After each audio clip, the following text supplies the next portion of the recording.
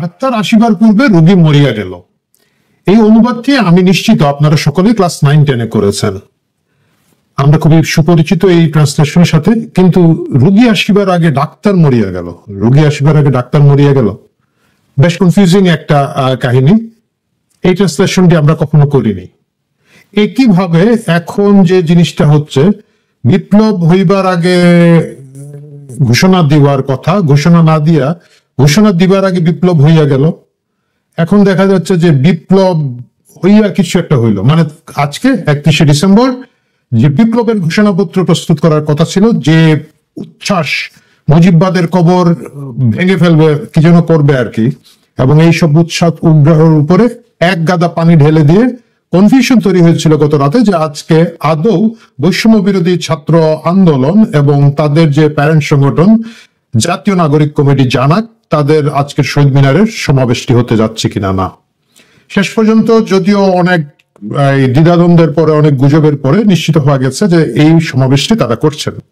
তারা এই সমাবেশটি করছেন কারণ সকালে বাংলাদেশ ইসলামী ছাত্র শিবিরের কেন্দ্রীয় সম্মেলন আছে সোহরাওয়ার্দী উদ্যানে, এবং সেখানে সকল লোকজন রাতে চলে এসেছেন, কারণ ওনাদেরকে সকালে এই প্রোগ্রাম করে বিকালে শহীদ মিনারে যাওয়ার কথা। তো খরচাপাতি যা হয়ে গেছে, খাবার দাবার যা রান্না করার হয়ে গেছে, বাস ভাড়া দেওয়া হয়ে গেছে, হোটেল বুক করা হয়ে গেছে, এবং সবচেয়ে বড় কথা এই লোকজন সকলেই চলে এসেছে। এই যখন অবস্থা, আজকে বৈষম্য বিরোধী ছাত্র আন্দোলনের পক্ষে এই সমাবেশ বাতিল করার কোনো উপায় নেই। যেহেতু টাকা খরচ হয়ে গেছে তারা সমাবেশ করবেন, কিন্তু সেই সমাবেশে তারা কি তাদের কি যেন একটা ছিল ঘোষণাপত্র, বিপ্লবের ঘোষণাপত্রটি পাঠ করবেন? নিশ্চিত তা হচ্ছে না। ঘোষণাপত্র পাঠের সেই প্রোগ্রামটিকে তারা এখন মার্চ ফর ইউনিটি নাম দিয়েছেন। একই ঘটনা, বিপ্লব হইয়া যাওয়ার 5 মাস পরে বিপ্লবের ঘোষণাপত্র তারা দিতে চাচ্ছিলেন এবং সেটাও দিচ্ছেন না, হুইচ ইজ ফাইন। এবং ইউনিটি জুলাই আগস্ট মাসে হয়ে গেছে, কিন্তু সম্মিলিতভাবে এই জাতির যতগুলো ইউনিটি দরকার ছিল সব ইউনিটি তারা করে ফেলেছেন। একটা গণ অভ্যুত্থান হয়ে গিয়েছে, এবং সেই গণ অভ্যুত্থান শেষ হওয়ার পরে 5ই আগস্টের পরে 5 মাস পরে তারা এখন ইউনিটির ডাক দিচ্ছেন। এই ঘটনাটা কেন, এই লেজে গোবরের অবস্থাটা তারা করেছেন কেন, সেটা নিয়ে আমরা আজকে সকালের এই আলোচনাটা করব। বিকালে আপনারা প্রস্তুত থাকবেন, যদি তারা সেই সমাবেশে ঘোষণাপত্র দেন বা নতুন নতুন কোনো কথা বলেন, সেগুলো নিয়ে আমরা আবার সন্ধ্যার পরে হয়তো কথা বলতে বসবো। যাই হোক, ঘটনাটা তাহলে কি দাঁড়ালো? এই ঘটনাতে সুস্পষ্ট যে সরকার এখন আলাদা একটা ঘোষণাপত্র তৈরি করবেন বলে ঘোষণা দিয়েছেন। সরকারের যিনি মূল সরকার, সবচেয়ে বেশি যিনি কথা বলেন, আমাদের প্রেস সচিব শফিকুল সাহেব, উনি যদিও এর আগ পর্যন্ত বলেছিলেন উনি কিছু জানেন না, এটাই ছিল প্র্যাকটিস। মব পাঠিয়ে মানুষের বাড়িঘর ভাঙা, আদালতে হামলা করা, এটা করা ওইটা করা, সবকিছু তারা করতেন, কিন্তু তারা বলতেন যে আমরা কিছু জানি না। এই পদ্ধতিতে তারা হেঁটে যাচ্ছিলেন এবং 31 তারিখের ঘটনা তারা একই ফর্মুলায় করার একটা পরিকল্পনা ছিলেন। কিন্তু হঠাৎ করে কি হলো? হঠাৎ করে তারা সংবিধানকে উড়িয়ে ফেলে দেওয়ার এই 31শে ডিসেম্বরের যে অনুষ্ঠানটি করতে চেয়েছিলেন, এটা একটা সাংবিধানিক সংকট তৈরি করত। সেই সাংবিধানিক সংকটের সবচেয়ে বেশি ক্ষতিগ্রস্ত যারা হতেন তাদের একটি হচ্ছে জামাত ইসলামী সার্টিফাইড জামাত ইসলাম এবং অন্য যারা দেশপ্রেমিক শক্তি, সেই সেনাবাহিনী। আমি আমার এই প্রসঙ্গের যে গত আলোচনাটা হয়েছিল সেখানে ইঙ্গিত দিয়েছিলাম যে সেনাবাহিনীর ভিতরে বেশ কিছু ইস্যু, বেশ কিছু অমীমাংসিত বিষয় আসলে রয়েছে। বদলি, ট্রান্সফার, বহিষ্কার, বরখাস্ত, কি বলা যায়, রিটায়ারমেন্ট দেওয়ার যে প্রক্রিয়াটা চলছে, সবকিছুর পিছনে কিছু অস্বস্তিকর কারণ আছে। খুব স্বাভাবিক, রাজনৈতিক পট পরিবর্তনের সাথে সাথে এই জায়গাগুলো হওয়ারই কথা ছিল। সেই সেনাবাহিনীর একটা সিগন্যাল হচ্ছে গিয়ে যেটা, যে এই সংবিধান না থাকলে অনেক ধরনের জটিলতা তৈরি হবে। এই সংবিধান বাতিল করে যদি সরকারের পার্ট একটা গোষ্ঠী কাজ করা শুরু করে, তাহলে একটা জটিলতা তৈরি হবে। এই সব সিগন্যাল, যদি আমি ধমক শব্দটি ব্যবহার করতে নাও চাই, এইসব সিগন্যালের প্রেক্ষিতে সরকার একটা আলাদা স্ট্যান্ড নিয়েছে এবং সরকার বলেছে যে আমরা আরেকটা ঘোষণাপত্র পাঠ করব বা তৈরি করব। এরপরে পরেই বৈষম্য বিরোধী ছাত্র আন্দোলন এবং জাতীয় নাগরিক কমিটির মধ্যে কনফিউশন তৈরি হয়। সারা দেশব্যাপী একটা কনফিউশন তৈরি হয়, প্রোগ্রাম হবে কিনা না।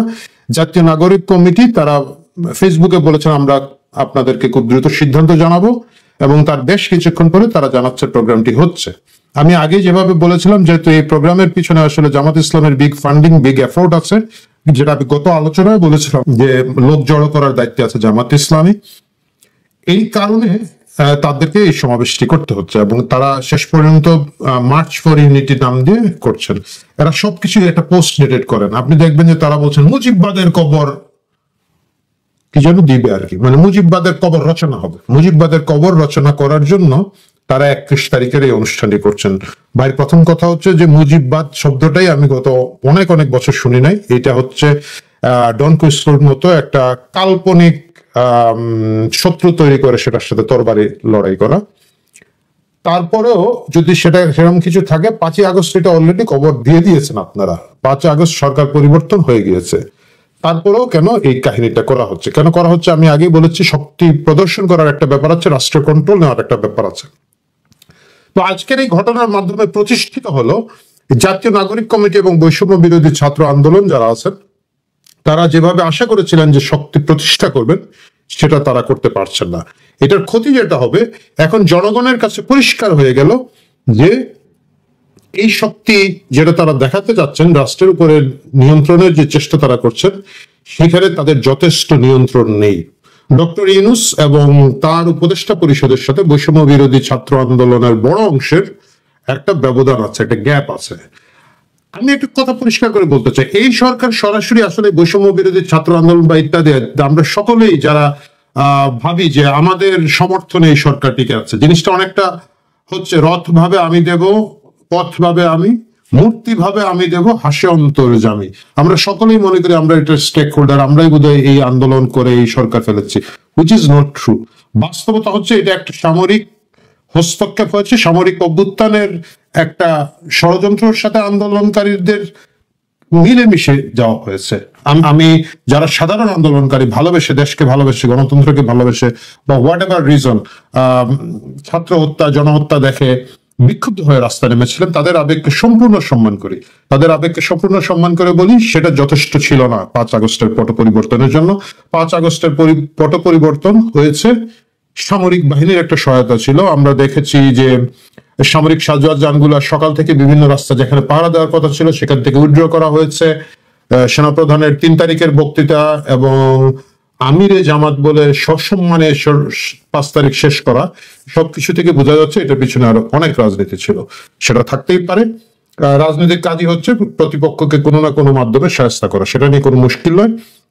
কিন্তু বৈষম্য বিরোধী ছাত্র আন্দোলন জাতীয় নাগরিক কমিটি যদি ভেবে থাকে যে তারাই আসলে সবকিছু করছেন, সেটার উপরে এটা হচ্ছে আরেকটা আঘাত। আমরা এর আগে দেখেছি রাষ্ট্রপতি শাহাবুদ্দিন চুপ্পুকে সরানোর যে চেষ্টাটা তারা করেছিল, সেটাও একই ধরনের হস্তক্ষেপে বাতিল হয়েছে। এইবারও সেই কাহিনীটা হলো এবং আগামীতে ডক্টর ইউনূস এবং তার সরকার একটা ঘোষণাপত্র দিবেন বলে আমরা আশা করছি। সেটাও আরেকটা কি বলা যায়, এটা হাবি যাবে, এটা কাগজ হবে, অনেকগুলো জার্গন হবে। আপনারা দেখেছেন এর আগে দুর্নীতি বিরোধী একটা শ্বেতপত্র করা হয়েছে, এটা হচ্ছে একটা লিটারেচার রিভিউ এর মতো কাহিনী। অনেকগুলো জায়গা থেকে কাট পেস্ট কপি পেস্ট পত্রিকায় শুনেছি, জেনেছি, বুঝেছি বলে একটা কাগজ তারা তৈরি করে সরকারের কাছে দিয়ে দিয়েছেন, সেটাকে এখনো ড্রাফট অবস্থায় আছে বলছেন। ওইটা থেকে আসলে আমরা কিছু টের পাই নাই, কি হলো, কার দুর্নীতি কোথায় হলো। অবশ্যই দুর্নীতি হয়েছে, সেটা নিয়ে কোনো সন্দেহ নাই, কিন্তু কি পরিমাণ হয়েছে, কারা করেছে, কারা দায়ী ছিল, এই বিষয়গুলো সেখানে পরিষ্কার ভাবে আসে নাই।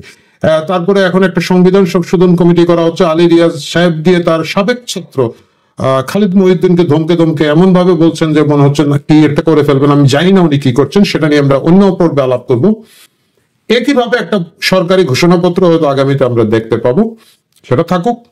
কিন্তু শেষ পর্যন্ত বৈষম্য বিরোধী ছাত্র আন্দোলন এবং জাতীয় নাগরিক কমিটির অসহায়ত্ব, দুর্বলতা উলঙ্গভাবে দেখা গেল।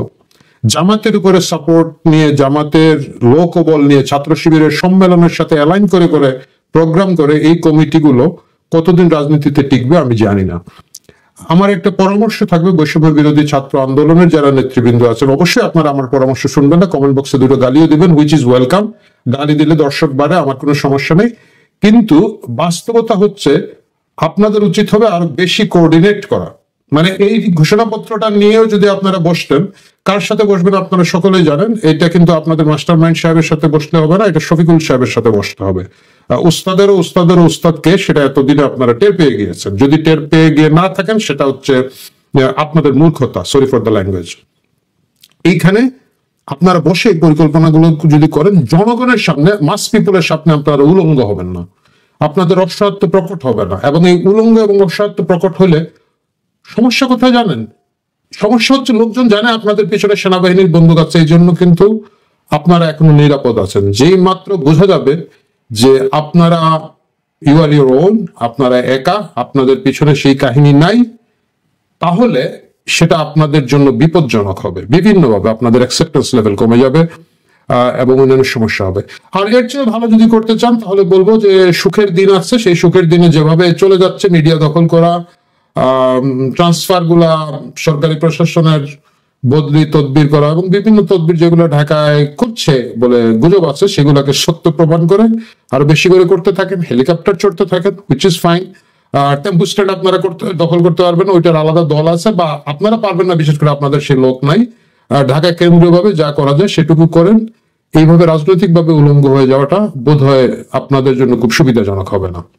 যাই হোক, দেখা যাক 31 তারিখ আজকে বিকেল এবং সন্ধ্যায় আপনারা আরো অনেক অনেক বেশি চিৎকার করে মুজিববাদ খেয়ে ফেলবো বলে কি কি করেন, সেই কাল্পনিক যুদ্ধ দেখার অপেক্ষায় থাকলাম।